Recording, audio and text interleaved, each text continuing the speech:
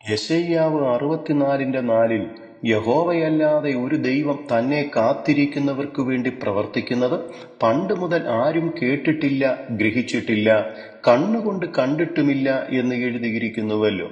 ദൈവത്തിന്റെ പ്രവൃത്തിക്കായി പ്രാർത്ഥനയോടെ കാത്തിരിക്കുന്ന ക്രിസ്തു യേശുവിൽ വാത്സല്യ സഹോദരങ്ങളെയും, സങ്കീർത്തനം 25:3 യഹോവയെ കാത്തിരിക്കുന്ന ഒരുത്തനും ലജ്ജിച്ചു പോകയില്ല എന്നും, വിലാപങ്ങൾ 3:25-26 വാക്യങ്ങളിൽ തന്നെ കാത്തിരിക്കുന്നവർക്കും തന്നെ അന്വേഷിക്കുന്നവനും യഹോവ നല്ലവൻ, യഹോവയുടെ രക്ഷയ്ക്കായി മിണ്ടാതെ കാത്തിരിക്കുന്നത് നല്ലത് എന്നും പറഞ്ഞിരിക്കുന്നതിനാൽ നാം ലജ്ജിച്ചു പോകുവാൻ സമ്മതിക്കാതെ നമ്മളുടെ പ്രാർത്ഥനയ്ക്കു മറുപടി നൽകിത്തരുന്ന ദൈവത്തിന്റെ പ്രവൃത്തിക്കായി നമുക്ക് ക്ഷമയോടെ കാത്തിരിക്കാം.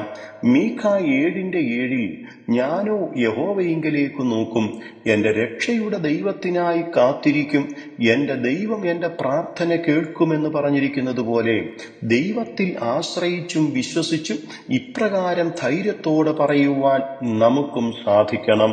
ഹബക്കുക്ക് 2:3 ദർശനത്തിന് ഒരു അവധി വച്ചിരിക്കുന്നു, അത് സമാപ്തിയിലേക്ക് ബന്ധപ്പെടുന്നു, സമയം തെറ്റുകയുമില്ല.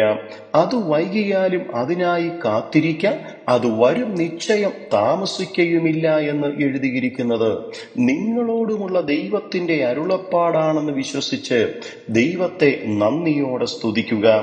ഇയ്യോബ് 13:15 അവൻ എന്നെ കൊന്നാലും ഞാൻ അവനെ തന്നെ കാത്തിരിക്കും, ഞാൻ എന്റെ നടപ്പ് അവന്റെ മുമ്പാകെ തെളിയിക്കുമെന്ന് ഇയ്യോബ് പറഞ്ഞതുപോലെ നമ്മളുടെ ജീവിതത്തിലും എന്തെല്ലാം കഷ്ടനഷ്ടങ്ങൾ വന്നാലും നമ്മളുടെ നടപ്പ് ദൈവത്തിന്റെ വഴികളിൽ നിന്നും മാറിപ്പോകാതെ ദൈവത്തിനായി തന്നെ നമുക്കും കാത്തിരിക്കാം.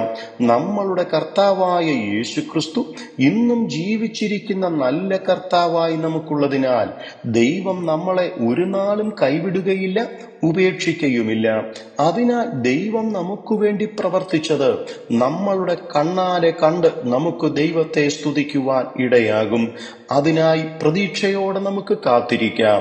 കർത്താവ് അതിന് കൃപ ചെയ്തു തരുമാറാകട്ടെ. God bless you.